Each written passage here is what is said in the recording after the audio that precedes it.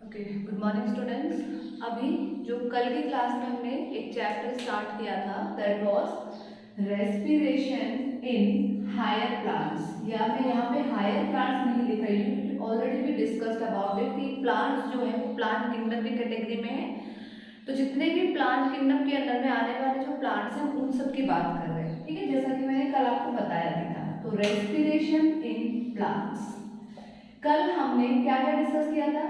पहली बात, रेस्पिरेशन होता क्या है, चाहे वो एनिमल्स हो either they are plants, respiration तो सेम ही होता है दोनों में, ठीक है। हमने इससे पहले जो चैप्टर पढ़ा था that was the photosynthesis. Photosynthesis में क्या था कि जो एटीपी था, अमाउंट ऑफ जो एनर्जी था that was utilising in the formation of food. यहाँ पर क्या होगा, जो फूड बन रहा है during the photosynthesis that food will be break down in the presence of oxygen. हम यहाँ पढ़ेंगे कि not only in the presence of oxygen, sometimes in the absence of oxygen foods also break down. और जब वो food molecule break down होता है तब जाकर के उसमें से अमाउंट ऑफ एटीपी रिलीज होती है। और वो एटीपी जो है, जो एनर्जी है, वो either we I mean animals और द प्लांट्स, सभी की जो बॉडी एक्टिविटीज हैं, ठीक है, जितने भी हम फंक्शंस करते हैं उन वेरियस एक्टिविटीज को परफॉर्म करने के लिए वो अमाउंट ऑफ एनर्जी यूटिलाइज करते हैं हमारे बॉडी सेल्स, या we could say the cells of any living organisms either they are plants, animals और एनीथिंग, ठीक है। तो कल की क्लास को हमने इंट्रोडक्शन फेज के साथ स्टार्ट किया था और हमने वहां पे 2 क्वेश्चंस के साथ उसको फिनिश किया था। वो क्वेश्चंस के आंसर नहीं करते, आइए आज हम उन्हें डिस्कस करते हैं, ठीक है। पहली बात तो हमें ये पता चल गया था कि रेस्पिरेटरी सबस्ट्रेट क्या होते हैं, ठीक है। फर्स्ट हमने लास्ट में ये डिस्कस भी किया था व्हाट आर रेस्पिरेटरी सबस्ट्रेट, ठीक है। तो रेस्पिरेटरी सबस्ट्रेट का मीनिंग होता है द अमाउंट, या आप ये कह सकते हैं द सब्सटेंस और द मॉलिक्यूल्स और the compounds which undergo oxidation, ठीक है। ये हमने लिखा था यहाँ पे द कंपाउंड। बेसिकली ये कैसे कंपाउंड होंगे, ऑर्गेनिक कंपाउंड्स होंगे, फूड की बात हो रही है, ठीक है। द कंपाउंड विच जो कहा जाते हैं अंडरगो ऑक्सीडेशन, यही सब कल हमने डिस्कस किया था। फिर हमने एक पॉइंट और भी देखा था कि सबसे ज्यादा जो most preferred respiratory substrate in the respiration होते हैं वो कौन होते हैं, they are what, carbohydrates. And why only the carbohydrates, reason भी हमने डिस्कस किया था।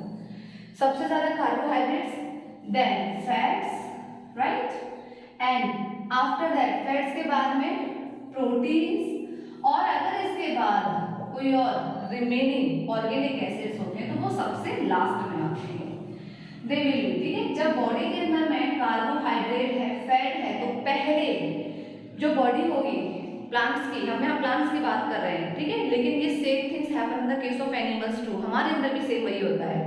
कार्बोहाइड्रेट का सबसे पहले ब्रेक डाउन होगा, ठीक है, क्योंकि बॉडी में सबसे ज्यादा कार्बोहाइड्रेट और जो फैट्स होती है फ्लोटिंग स्टेट में रहते हैं। प्रोटीन्स का अगर कार्बोहाइड्रेट और फैट्स बिल्कुल भी नहीं है बॉडी के अंदर, उनका कंप्लीट ब्रेकडाउन हो चुका है, ठीक है, तब जाकर के प्रोटीन का होगा, जो कि बहुत रेयर स्टेज होती है। तो सबसे ज्यादा रेस्पिरेटरी सबस्ट्रेट कार्बोहाइड्रेट होते हैं। तो क्वेश्चन था हमारा कि डू प्लांट्स ब्रीथ, ठीक है, डू प्लांट्स ब्रीथ। एक क्वेश्चन हमने यहाँ पर ये भी देखा था कि जो प्लांट्स होते हैं क्या वो भी एनिमल्स की तरह ब्रीथ करते हैं। सेकंड, हमें ये भी पता है ना ब्रीदिंग में और रेस्पिरेशन में डिफरेंस है। ब्रीदिंग में मींस क्या होता है, एक एक्सटर्नल रेस्पिरेशन है। Breathing means what happen, oxygen inhaled air को बॉडी एनट्रैप करती है, ठीक है, और जो CO2 एनरिच्ड एयर होती है उसको एक्सहेल यानी कि आउट करती है बॉडी से, ठीक है। तो सेकंड है आपका डू प्लांट्स रेस्पायर, क्या प्लांट्स रेस्पायर करते हैं और क्या प्लांट्स ब्रीदिंग करते हैं, दोनों के केस में आंसर होगा यस, ठीक है। ऐसा नहीं है कि only animals do breathe, only animals do respire, no, plants also do breathe as well respire, ठीक है। तो यहाँ भी यस है और यहाँ भी यस है। आइए अब हमें ये समझना है कैसे, क्योंकि हमें पता है ब्रीदिंग जो है, breathing means what, inhalation of oxygen enriched air while the exhalation of CO2 enriched air। Clear है? तो एनिमल्स के पास में तो वेरियस ब्रीदिंग ऑर्गन्स होते हैं। फॉर एग्जांपल अगर हम ह्यूमन बीइंग्स की बात करते हैं, ठीक है, ह्यूमंस की बात करते हैं, what we have for the exchange और इनहेलेशन और एक्सहेलेशन, लंग्स होते हैं, लंग्स में एल्वेओलाई सेल्स होती हैं और वो एल्वेओलाई ही एग्जैक्ट साइट होती है for the exchange of gases, ठीक है। तो ह्यूमंस के पास में क्या होते हैं? लंग्स। फिश जो एक्वेटिक हैं, ठीक है, अगर हम उनकी बात करते हैं, इनके पास में क्या होते हैं? गिल्स होते हैं, ठीक है, ब्रीदिंग ऑर्गन्स। अगर आप कॉकरोच की बात करते हैं तो उनके पास में क्या होते हैं? ट्रैकियल सिस्टम होते हैं, ठीक है।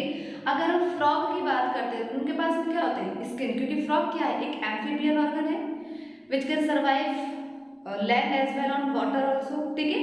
तो वहां पे क्या है उसके पास में, whenever the frogs are inside the water or in aquatic bodies, that time उनमें जो ब्रीदिंग ऑर्गन्स होते हैं वो क्या होते हैं? उनकी स्किन, जो उनकी मॉइस्ट स्किन होती है, skin act as a breathing organs inside the when the frogs are inside the aquatic bodies.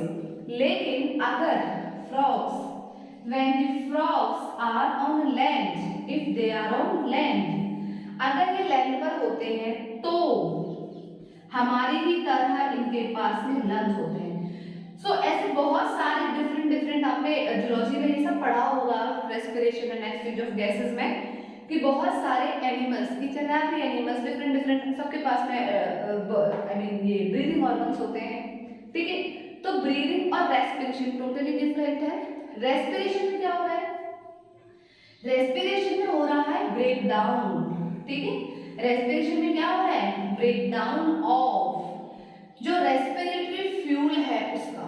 और रेस्पिरेटरी फ्यूल क्या है? दे आर जो रेस्पिरेटरी सबस्ट्रेट है। तो ब्रेक डाउन ऑफ फूड कह सकते हैं हम सिंपली, या एक ऑर्गेनिक कंपाउंड मेनली ग्लूकोज जो होता है, ठीक है। अच्छा, अब यहाँ पे आ गया कि एनिमल्स के पास में तो various types of breathing organs होते हैं to perform breathing process. Respiration तो चलिए ठीक है, रेस्पिरेशन हमने कल भी पढ़ा था कि वो एक इंटरनल रेस्पिरेशन है, डार्क रेस्पिरेशन कहते हैं हम उसे, माइटोकॉन्ड्रियल रेस्पिरेशन कहते हैं, ठीक है। लेकिन प्लांट्स के पास में ब्रीदिंग ऑर्गन्स होते हैं क्या? क्या आंसर होगा? ऑब्वियसली आप सब कहोगे कि नहीं होते हैं। प्लांट्स में भला कहाँ से ब्रीदिंग ऑर्गन्स होते हैं? अगर उनमें ब्रीदिंग ऑर्गन्स होते ही नहीं है then how do they breathe? फिर ये कैसे ब्रीथ करते हैं? बड़ा ही सिंपल सा आंसर है, उनके पास में जस्ट लाइक, पहली बात तो प्लांट्स को उतना अमाउंट ऑफ एयर का एक्सचेंज उनकी बॉडी में नहीं होता है, या हम ये कह सकते हैं कि they do not require at a great level of breathing just like the animals. उनमें एनिमल्स के जितना, एनिमल्स की अमाउंट के जितना उनमें ब्रीदिंग रेट नहीं होता है। एंड अनदर थिंग इज कि अगर उनमें ब्रीदिंग होता है तो उनके लिए जो ब्रीदिंग ऑर्गन्स हैं, बिकॉज हमें पता है प्लांट्स के पास क्या होते हैं? Plants have stomata, and stomata के अलावा क्या होते हैं उनके पास में? लेंटिकल्स, और क्या होते हैं? लेंटिस, CELES, लेंटिसल्स, ठीक है। Stomata and lenticels they have, plants have.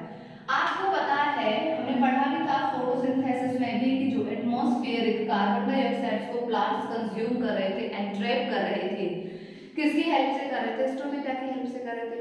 हम ये भी पता है कि स्टोमेटा कहाँ प्रेजेंट होते हैं? प्लांट्स के एबैक्सियल और एडेक्सियल सरफेस पे होते हैं।